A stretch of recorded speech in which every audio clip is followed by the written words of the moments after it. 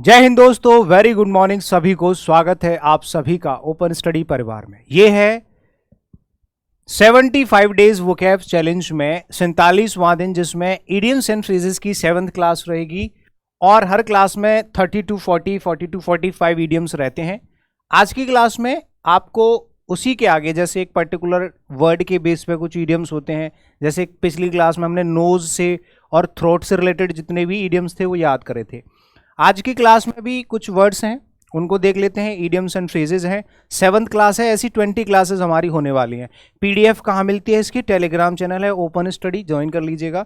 Comment करके जरूर बताया करो सेशन कैसा लगा, लाइक शेयर कर दिया करो भाई, ठीक है। कॉन्टैक्ट नंबर्स दे रखे हैं अगर किसी पेड कोर्स की जानकारी आपको लेनी है तो, ठीक है। तो चलिए शुरू कर लेते हैं। सभी लोग सेशन को शेयर जरूर कर दिया करो क्लास अटेंड करने से पहले। देखो, आज की क्लास का सबसे पहला इडियम है words of a feather. Words of a feather का मतलब क्या होता है? फीदर मतलब होते हैं पंख, और पक्षी एक जैसे पंखों वाले पक्षी, मतलब दोनों एक जैसे हैं, उनकी प्रवृत्ति सेम है, एक जैसी है। तो जो लोग एक जैसे होते हैं किसी भी चीज, एक्शंस में या दिखने में, उन्हीं को हम लोग क्या कहते हैं? उन्हीं को कहते हैं वर्ड्स ऑफ अ फीदर। यहाँ पे द फीदर भी होता है। एक ही प्रवृत्ति के लोग, दो लोग हैं एक जैसे हैं, उनकी जो है प्रवृत्ति एक जैसी है, मान्यताएं एक जैसी हैं, नेचर एक जैसा है। People with the same idea, characteristics and interest, same interest के साथ जो लोग होते हैं उनको बोला जाता है बर्ड्स ऑफ अ फीदर। एक होता है ब्लैक ऑक्स। अब ब्लैक ऑक्स क्या होते हैं? बोलते कि यार ये तो हमारे पूरे परिवार पे कलंक है ना। तो कलंक जैसे बोल देते ना, ब्लैक शीप एक इडियम होता है। कलंकित व्यक्ति वह व्यक्ति जो किसी के लिए अपमान का कारण बनता है। लेकिन यहाँ पे जो ब्लैक ऑक्स है, इसका मतलब होता है किसी के जीवन में कुछ गलत होता है, कुछ भी ऐसा होता है जो उसने एक्सपेक्ट नहीं किया होता है, तो उसको कहते हैं कि मेरा तो पूरा भाग्य ही खराब है। ब्लैक ऑक्स मतलब दुर्भाग्य है, मैं अभागा हूं, मेरा भाग्य खराब है, दुर्भाग्य। तो उसको कहा जाता है मिसफॉर्चुनेट, यानी कि ब्लैक ऑक्स, ठीक है। ब्लैक से आप इजीली इसको याद कर सकते हैं। एक होता है stab someone in the back. आप इसके वर्ड से भी इसको याद कर सकते हैं, आराम से देखना जरा। आप देखो, stab someone in the back का मतलब होता है कोई व्यक्ति आप पे भरोसा कर रहा है, ठीक है ना, आपके साथ चल रहा है, जैसे आपका दोस्त है और आप उसके साथ चल रहे हैं बढ़िया तरीके से, आपको पूरा भरोसा है, लेकिन वो आपके पीठ पीछे क्या कर रहा है? आपके लिए साजिश रच रहा है। तो उसने क्या कर दिया? पीठ में छुरा घोंपना। यही होता है ना stab someone in the back, किसी को पीछे से वार करना होता है इसका मीनिंग, ठीक है ना। जैसे आप देख रहे फोटो में, इस व्यक्ति ने इस पे ट्रस्ट करा था, साथ लेके इसने धक्का मार दिया, चला गया नीचे। तो बिट्रे का मतलब होता है धोखा देना। बिट्रे का मतलब क्या होता है? धोखा देना होता है। तो किसी को धोखा देना यानी कि बिट्रे करना, पीठ पीछे छुरा घोंपना। आगे चलो। एक होता है टू बी टेकन अबेक। ये क्या होता है? देखो इस बच्चे को, देखो इसका फोटो से आप समझ जाओगे थोड़ा सा। जैसे इसके आगे कुछ ऐसी अनएक्सपेक्टेड सी एक्टिविटी कर दो तो ये क्या हो जाएगा? एकदम शॉक्ड सा हो जाएगा। हक्का बक्का होना मतलब समझते हो? आश्चर्यचकित हो जाना। टू बी सरप्राइज्ड और शॉक्ड, एकदम से सरप्राइज्ड हो जाते हैं, शॉक्ड हो जाते हैं, इसको कहा जाता है टू बी टेकन अबैक।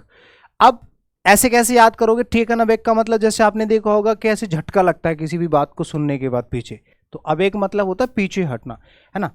तो किसी भी बात को सुन के आप अचानक से पीछे हट जाते हैं, इसका मतलब आप शॉक्ड हो जाते हो, ठीक है। तो हक्का बक्का हो जाना, ठीक है।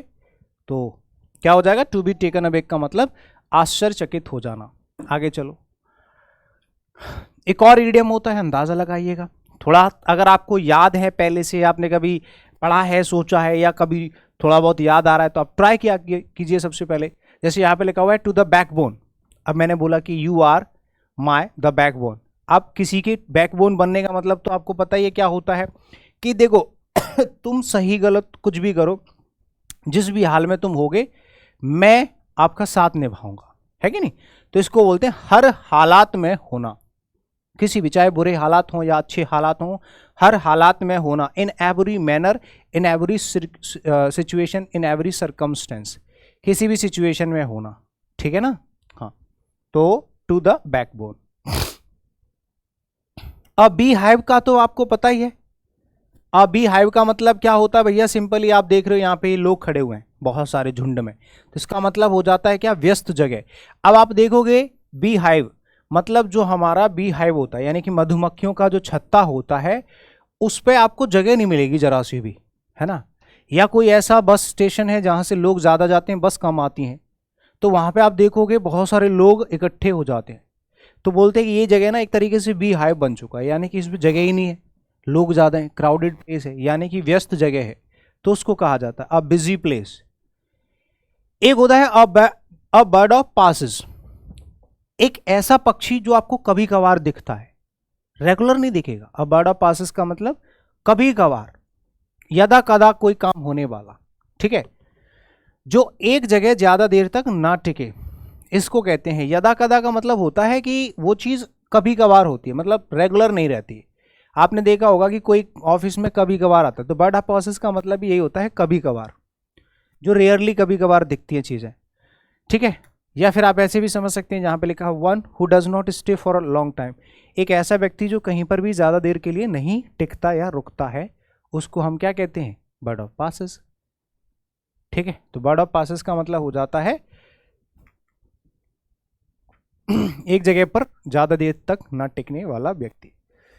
बर्ड्स आई व्यू, भाई सिंपल सी चीज है, बहुत बार पढ़ा है हमने, है ना, कितनी बार। बर्ड से जितने भी इडियम्स बन रहे हैं वो सारे यहां पे लिखे हुए हैं। अब कोई पक्षी है ऊपर उड़ रहा है, तो वो ज्यादा जो है एरिया को कवर कर पाएगा, वो सब पे नजर रखता है, ठीक है। मान लो कोई आसमान में पक्षी उड़ रहा है, तो वो सारी चीजों को देख लेता है। ऐसे ही हेलीकॉप्टर में कोई उड़ रहा है, मोदी जी उड़ रहे हैं, ऊपर से देख रहे हैं सब कुछ क्या हो रहा है ना। सीसीटीवी ऊपर क्यों लगाया जाता है, ताकि काफी ज्यादा जगह पे नजर रखी जा सके। तो ये होता है बर्ड्स आई व्यू, मतलब सरसरी निगाहें, बोलते कि इसकी तो चील जैसी निगाहें। अब इस जगह को आप इतने ऊपर से देख रहे हैं तो सब पे नजर रख सकते हो, सैटेलाइट, सीसीटीवी, है ना, सर्वेलेंस जो होता है। तो सरसरी तौर पर, सरसरी निगाहों से जिस चीज को हम देखते हैं, सब पे नजर बनाए रखना, पेनी जनरल व्यू फ्रॉम अबव, ऊपर से सब पे नजर रखने वाली जो नजर होती है उसको बर्ड्स आई व्यू बोलते हैं। स्पेशली ये सीसीटीवी के लिए इस्तेमाल किया जाता है, या कोई मैनेजर है जो आप पे नजर रख रहा है दूर से। ये ऐसे ही रिपीट हो गया है अ ब्लैक ऑक्स, ठीक है, ये दुर्भाग्य होता है, रिपीटेड है, कोई दिक्कत नहीं है, आगे चलते हैं। एक होता है ब्लैक सीप, जो मैंने अभी डिस्कस किया था ब्लैक ऑक्स से पहले। ब्लैक ऑक्स तो होता है मिसफॉर्चुनेट, ऐसा व्यक्ति जिसके अंदर जिसका भाग्य खराब होता है। एक होता है ब्लैक सीप, ये ऐसा व्यक्ति होता है जिसकी वजह से घर में बदनामी होती है पूरे परिवार की। एक ऐसा व्यक्ति जो अपने परिवार या गुट के लिए शर्मिंदा का कारण बन जाए। एक ऐसा व्यक्ति जो कुछ गलत कर रहा है जिससे पूरा परिवार क्या हो रहा है, शर्मिंदा हो रहा है, तो वो व्यक्ति, उसको ब्लैक सीप कहते हैं। अ डिसग्रेस पर्सन, डिसग्रेसफुल पर्सन, जिसकी कोई सम्मान नहीं है, जिसका कोई सम्मान नहीं है, ठीक है, उसको कहते हैं ब्लैक शीप। एक होता है a bull in China shop. देखो भाई सिंपली आप इसको डिस्कस कर सकते हैं आराम से। मान लो एक ऐसी दुकान है जहां चाइनीज आइटम मिलते हैं, ठीक है। चाइनीज आइटम आपको पता ही है कमजोर होते हैं, जरा सी बात पे टूट जाते हैं, ठीक है। अब वहां पे एक बुल यानी कि बैल सांड छोड़ दो, तो वो उस पूरे सामान को 1 मिनट में क्या कर देगा, तहस नहस। यानी कि वहां पर बैल नहीं जाना चाहिए, वरना गड़बड़ हो जाएगा, अनुचित प्लेस है। तो एक ऐसी जगह, नाजुक हालात में अयोग्य व्यक्ति, समझ रहे हो, जहां जरूरत है किसी एक कोमल या सॉफ्ट चीज की, वहां पर किसी कठोर व्यक्ति को भेज दो तो वहां पे गड़बड़ हो जाता है।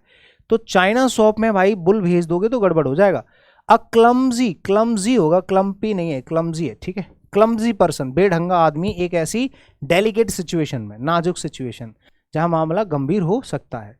जैसे कि वहां पे कश्मीर में कोई कांड हो रहा है, वहां ओ योगी जी को भेज दो, है कि नहीं, तो वो क्या करेंगे, वहां पे मामला ज्यादा गंभीर कर देंगे।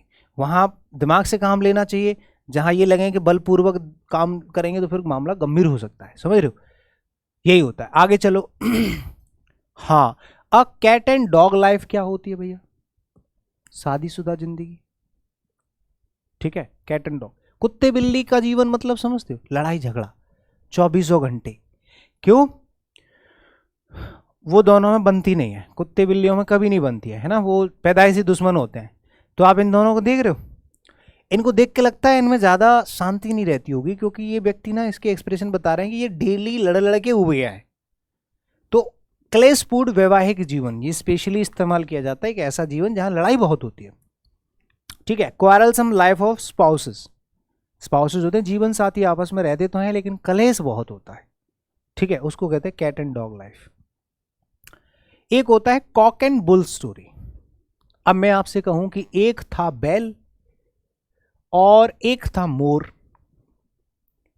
और वो दोनों जंगल में गए। मोर ने बैल से कहा या मुर्गे ने बैल से कहा कि भाई तू मुझे अपने पीठ पे बिठा ले। इस तरह की बातें सुन के आपको कैसा लगेगा कि सर कब से मोर बोलने लगा, कब से बैल बोलने लगा। बिल्कुल सही बात है, इसका मतलब ये झूठी कहानी है, लेकिन मजा बहुत आता है ऐसी कहानियां सुनने में। तो एक झूठी और अच्छी कहानी, interesting but false story, is called a cock and bull story. Means झूठी कहानी but interesting, a false interesting story is called a cock and bull story. Clear? एक होता है cuckoo in the nest, cuckoo in the nest. देखो, अवांछनीय घुसपैठिया, बोलते हैं कि कोयल के घोंसले में कौआ होना, कोयल के घोंसले में कौआ होना। कोयल थी नहीं, कोयल के बच्चे थे घोंसले में, वहां आ गया कौआ, कौआ उसके हिसाब से इनएप्रोप्रिएट है। तो एक ऐसी जगह पे जहां वो बच्चे नहीं चाहते कि हमारे यहाँ आए, लेकिन फिर भी वो पहुंच जा रहा है, तो उसको बोलते हैं अवांछनीय घुसपैठिया। एक ऐसा व्यक्ति जिसको कोई नहीं चाहता कि ये यहाँ पे आए, लेकिन वो वहां पर पहुंच जा रहा है, इसको कहते हैं अवांछनीय। मतलब कोई नहीं चाहता कि ये यहां पर हो, लेकिन वो वहां पर घुसपैठ कर चुका है। अनवेलकम इंट्रूडर, एक ऐसा व्यक्ति जिसको किसी ने बुलाया नहीं, बस ऐसे ही आ गया है। एक होता है डार्क हॉर्स, अ डार्क हॉर्स। ये कौन होता है? अप्रत्याशित विजेता, जिसकी किसी ने भी ये प्रिडिक्ट नहीं किया है कि ये जीत जाएगा, लेकिन फिर भी जीत गया। जैसे डोनाल्ड ट्रंप हैं, प्रिडिक्शंस ने बताया, सर्वेज ने बताया कि भैया ये जीत जाएगा, जीत गया। किसी ने उम्मीद नहीं करी लेकिन जीत गया। अप्रत्याशित विजेता, एन अनएक्सपेक्टेड विनर, एक ऐसा व्यक्ति जिसकी किसी ने भी उम्मीद नहीं करी थी, अनएक्सपेक्टेड था ये तो, बट हो गया जो भी था। तो अ डार्क हॉर्स का मतलब होता है अनएक्सपेक्टेड विजेता, अनएक्सपेक्टेड विनर। ठीक है। अगर आप लोग इंस्टाग्राम यूज करते हैं, you can follow this ID Anil Jadaun English, and open study Telegram channel है किसके लिए? पीडीएफ के लिए। जो भी आप क्लास अटेंड करते हो सारी पीडीएफ आपको टेलीग्राम पे मिल जाती हैं क्लास के लिंक के साथ। A diamond in the rough, diamond in the rough, बोलते कि यार इस जगह, इस तुम्हारी जगह यहाँ नहीं है, तुम्हारी जगह तो कहीं दूर बढ़िया सी जगह पे, एक अच्छी जगह पे। तो छिपे गुणों वाला व्यक्ति, मैंने बोला यार ये हीरा है, यहाँ कर क्या रहा है? ठीक है, एक योग्य व्यक्ति एक ऐसी जगह पर होना जहां पे उसकी कोई वैल्यू नहीं है, ठीक है, उसको कहा जाता है a diamond in the rough. Someone और समथिंग विद पोटेंशियल और टैलेंट बट लैकिंग ट्रेनिंग और पॉलिश। नॉलेज तो बहुत है बट उसके पास पैसा, ट्रेनिंग या कुछ भी ऐसी चीज नहीं है जिसकी वजह से वो आगे ग्रो कर पाए। ये बच्चा है, आप देख रहे हो इसके अंदर टैलेंट है, लेकिन अब सही जगह नहीं है। एक होता है a dog in the manger, oh my god. देखो, डॉग मतलब होता है कुत्ता, ठीक है, और मैंगर क्या होता है? मैंगर का मतलब होता है माद, नाद जिसे बोलते हैं। नाद क्या होती है? ये एक ऐसा बर्तन होता है सीमेंट का जिसमें गाय भैंस खाना खाती है। गाय या भैंस के सामने एक ऐसा टोकरा जैसा रखा होता है, पत्थर का या किसी का बना हुआ, उसमें खाना डाल देते हैं, चारा वगैरह, उसको नाद बोलते हैं, मैंगर। उसमें जाके कुत्ता बैठ जाएगा तो ना तो वो खाना उस कुत्ते के मतलब का है, क्योंकि वो चारा तो खाएगा नहीं, लेकिन वो खाने उसको भी नहीं देगा। तो एक ऐसा व्यक्ति जो ना तो किसी भी सिचुएशन का फायदा खुद लेता है और ना दूसरों को लेने देता है, वह व्यक्ति जो दूसरों को उस वस्तु का प्रयोग करने नहीं देता जिसका लुत्फ वो खुद भी नहीं उठा सकता, इसको कहते हैं डॉग इन द मैंगर। वो डॉग खुद भी उस खाने को नहीं खाएगा, लेकिन उसमें जाके बैठ जाएगा तो उसमें दूसरा व्यक्ति भी खाना नहीं खा सकता। One who does not let others enjoy what he himself can not, वो खुद उस चीज का लुत्फ नहीं उठा पा रहा लेकिन दूसरों को भी नहीं उठाने देगा। अब कोल्ड फिश कौन होता है भैया? कोल्ड फिश क्या होती है? देखो, फोटो से देखो, अंदाजा लग जाएगा। भावनाओं को साझा नहीं करने वाला आदमी। आप देख रहे हो ये व्यक्ति, ये मैडम इनसे कुछ पूछने की कोशिश कर रही है, बट इनके एक्सप्रेशन बता रहे हैं कि ये इसको कुछ नहीं बता रहा। अब इस व्यक्ति को हम कहेंगे he is a cold fish. Cold fish का मतलब होता है शांत आदमी। कोल्ड फिश आप दूसरी भाषा में अपने शब्दों में कह सकते हैं शांत इंसान, शांत व्यक्ति। वह व्यक्ति जो किसी को कुछ नहीं बताता है, ज़्यादातर चीज़ों को एक्सप्लेन नहीं करता। Someone who seems unfriendly and who does not share one's feelings. वह व्यक्ति जो अपनी फीलिंग्स को ईजिली किसी के सामने नहीं रखता है। ठीक है ना। अ डॉग्स लाइफ बोलते ना, कुत्ते की जीवन कैसा होता है, कुत्ते का जीवन कैसा होता है, दयनीय अस्तित्व। अब देखो रोड पे जो कुत्ते घूम रहे होते हैं, है ना, आप उनसे क्या ही उम्मीद लगाओगे। मतलब आप देखोगे कि वो कैसे घूम रहे होते हैं, उनका कोई सहारा नहीं होता है ना कोई खाना, तभी तो लोग जी डॉग लवर हो जाते हैं। उनके भाई उनको भी ज़रूरत होती है खाने पीने की, हालांकि वो इधर उधर से कर लेते हैं जुगाड़ अपना, हर जानवर कर लेता है। बंदरों के लिए तो सबसे ज़्यादा टफ होता है क्योंकि उनसे लोग डरते भी हैं, उनको खाना भी उनको छीनना आता है, ठीक है, लेकिन छीनने के चक्कर में कई बार भूखे भी मर जाते हैं। तो अ माइजरेबल एक्सिस्टेंस एक ऐसी एग्जिस्टेंस जहाँ पर उसको दया की ज़रूरत है, उसको चीज़ों की ज़रूरत है। ठीक है। अब ये औरत देख रहे हो अकेली मरने की स्थिति में खड़ी है, कहीं ना कहीं इनको दया की ज़रूरत होगी। दयनीय अस्तित्व, ठीक है, एक ऐसी सिचुएशन जहाँ पे उसको दया की ज़रूरत है। A drop in to ocean. अगर समंदर में आप एक बूंद पानी की डाल दोगे, समंदर में बाढ़ आ जाएगी, या एक बूंद पानी निकाल लोगे, समंदर सूख जाएगा। ऊंट के मुंह में जीरा, एक इतना छोटा सा अमाउंट बहुत बड़े अमाउंट में जिसका पता भी ना चले, कोई एग्जिस्ट ही ना करे। इतनी सी चीज़ है यार, इतनी सी चीज़ है, इतना सा कंट्रीब्यूशन है आपका, है ना। कितना कंट्रीब्यूशन है? Like a drop in to ocean, like a drop in to ocean. ऊंट के मुंह में जीरा, बहुत कम, बहुत ज़्यादा कम, बहुत ज़्यादा कम। ठीक है, ऊंट के मुंह में जीरा, समझ गए। समंदर में एक बूंद पानी का मतलब समझते हो आप, ठीक है। A very insignificant amount of something. एक होता है अ फीदर इन वंस कैप। फीदर होता है पंख, कैप होता है टोपी। अब मान लो कोई ऑफिसर है, ऑफिसर के कैप लगी हुई है, ऑलरेडी सेलेक्टेड है, ऑलरेडी वो पोस्टेड है, उसके पास एक पोस्ट है। जब उसका प्रमोशन होता है किसी भी, जैसे अनकाउंटर कर दिया, कुछ भी कर दिया, तो उनके यहाँ एक कैप पे ऊपर फिदर लगा देते हैं जिससे वो और सुशोभित लगती है, या एक स्टार बढ़ा देते हैं, तो उससे उसकी पोस्ट बढ़ जाती है कि ये इसका प्रमोशन हो गया। इसका मतलब है कि जो चीज़ पहले से ही अच्छी है उसको और अच्छा कर देना। सोने पे सुहागा, क्या होता है? सोने पे सुहागा, अतिरिक्त उपलब्धि। कुछ लोग तो अभी बेरोजगार घूम रहे हैं, नौकरी नहीं मिल रही, कुछ का प्रमोशन ही हुए जा रहा है। जिसको नौकरी, जो 2-2 3-3 बार नौकरी ले रखे हैं, एक छोड़ देते हैं दूसरी ले लेते हैं, योग्य है ना भाई वो। एन एडिशनल अचीवमेंट, जो है उसके अलावा और एडिशनल अचीवमेंट, फीदर इन वंस कैप। ये तो अभी अभी पढ़ के आया ना। अच्छा, डॉग्स ब्रेकफास्ट अलग है, डॉग्स लाइफ ये होता है अव्यवस्था। मान लो आप एक डॉग को खाना खिलाओगे तो वो तमीज से तो खाएगा नहीं, है कि नहीं? तमीज से तो खाएगा नहीं भाई। जानवर खाना कैसे खाते हैं? अव्यवस्थित तरीके से। तो डॉग्स ब्रेकफास्ट का मतलब होता है अव्यवस्था। A poor piece of work, a mash. Mash मतलब अस्त व्यस्तता। अब इन मैडम को देखिए किस तरह से काम करती हैं, लाइक अ डॉग्स ब्रेकफास्ट, जैसे कुत्ते का नाश्ता। जानवर को कुछ भी खिलाओगे तो ऐसे खुशू खुशू करके खाएगा, फैला देगा इधर उधर, तमीज से नहीं खाएगा। नहीं। Pay one back in once one coin, pay one back in once one coin. अब आपने जो कुछ भी जीता है, किसी व्यक्ति से उसी प्रकार व्यवहार करना जैसे उसने किया हो, टिट फॉर टैट। भाई ये देख रहे हैं, इस भाई साहब ने ये बोला, उसने भी सेम वैसा ही बोल दिया, एग्जैक्ट सेम टू सेम। देख रहे हो, सब कुछ सेम बोल दिया उन्होंने।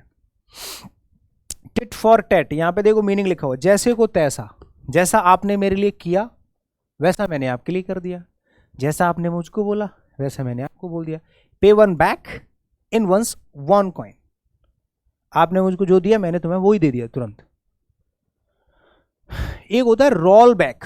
रोल बैक का मतलब होता है कम कर या पलट कर उसी हालात में ले जाना जैसे पहले था। रोल बैक, जैसे आपने देखा होगा कि मान लो एक पट्टी है, ये पट्टी बिछा दी, जब भी कोई आता है तो रेड कारपेट ऐसे बिछा देते हैं, फिर उसको रोल कर लेते हैं दोबारा से, उठा के फिर रख देते हैं। तो रोल बैक का मतलब है काम खत्म हो गया, अब दोबारा से हम उसी स्थिति में आ गए। कम कर या फिर पलट कर उसी हालत में आ जाना जिसमें हम पहले थे, ये होता है। टू रिड्यूस या तो घटाना, या रीसेट समथिंग, किसी चीज को दोबारा से रीसेट कर देना प्रीवियस लेवल और status. A fish out of water, मान लो भाई मछली को आप पानी से बाहर निकाल दोगे तो परेशानी में नहीं आ जाएगी, क्योंकि वो तो बिना पानी के जी नहीं सकती। अगर आपको पानी में डाल दिया जाएगा तो आप वहाँ नहीं जी पाओगे। तो ये होता है परेशानी में डालना। असहज महसूस करना, अनकंफर्टेबल फील करना, अनईजी दुविधा में होना, अनकंफर्टेबल दुविधा में होना, दुविधा में होना, ये इसका मीनिंग हो जाएगा। ठीक है भैया। एक होता है फ्लाइंग विजिट। फ्लाइंग विजिट क्या होता है भैया? आप गए बहुत जल्दी जल्दी भागते भागते, थोड़ी देर बैठे हो, चलो चलो मुझे जल्दी हो रही है, मैं फिर मिलूंगा, बाद में आऊंगा। ये क्या होता है? Flying visit. थोड़ी देर के लिए जल्दबाजी में गए, थोड़ी देर रुके, भाग आए। ससुराल में गए, तैयार मिलियो लेके आ गए तुरंत, उठा के 10 मिनट में, है नहीं मैं रुकूंगा नहीं, मैं मुझे कहीं और जाना है ना। जब ससुराल को 4-5 साल निकल जाते हैं तब, पहली बार दूसरी बार जाते हैं तो 2-4 दिन तक रुक के आता आराम से। संक्षिप्त भेंट, अ वेरी शॉर्ट विजिट, थोड़ी देर के लिए विजिट किया, भाग गए, चाय पी, तुरंत गायब। एक होता है हॉर्नेट्स नेस्ट। ए हॉर्नेट्स नेस्ट, ये बहुत रिपीटेड है, ये सारे के सारे इडियम्स रिपीटेड है। देखो इस औरत को देखो, अप्रिय स्थिति, इनके लिए आप देख रहे हो, वैसे लड़कियां जनरली एटीट्यूड से फुलफिल्ड होती हैं, लेकिन जब वो कठिन परिस्थिति में होती हैं, जैसे कि मान लो किडनैप हो जाएं या हाईजैक हो जाता है, फिर इनसे ज़्यादा दयनीय हालत किसी को होती नहीं है। ये इतना ड्रामा करती हैं, देख रहे हो, जैसे इनसे ज़्यादा मासूम कोई है ही नहीं है। अप्रिय स्थिति, इनके लिए बहुत दुविधा की घड़ी है। An unpleasant situation, unpleasant situation, ठीक है ना। तो ए हॉर्नेस्ट नेस्ट का मतलब होता है जब कोई व्यक्ति दुविधा में होता है, संकट में होता है, ठीक है ना, अप्रिय स्थिति। एक होता है leopard can't change its spots. Simple है, अगर आप चीते से कहोगे तुम अपने दाग धब्बे हटा दो, हटा देगा वो। कोई ऐसी सिचुएशन, एक ऐसा धब्बा आपकी लाइफ में लग चुका है, a leopard can't change its spots, leopard can't change its spots, एक ऐसी स्थिति जो बदली नहीं जा सकती। किसी के चरित्र को बदलना असंभव है, उसका जैसा चरित्र है वैसा ही रहेगा। It is impossible for one to change one's character, अपने कैरेक्टर को चेंज करना ये लगभग इम्पॉसिबल होता है।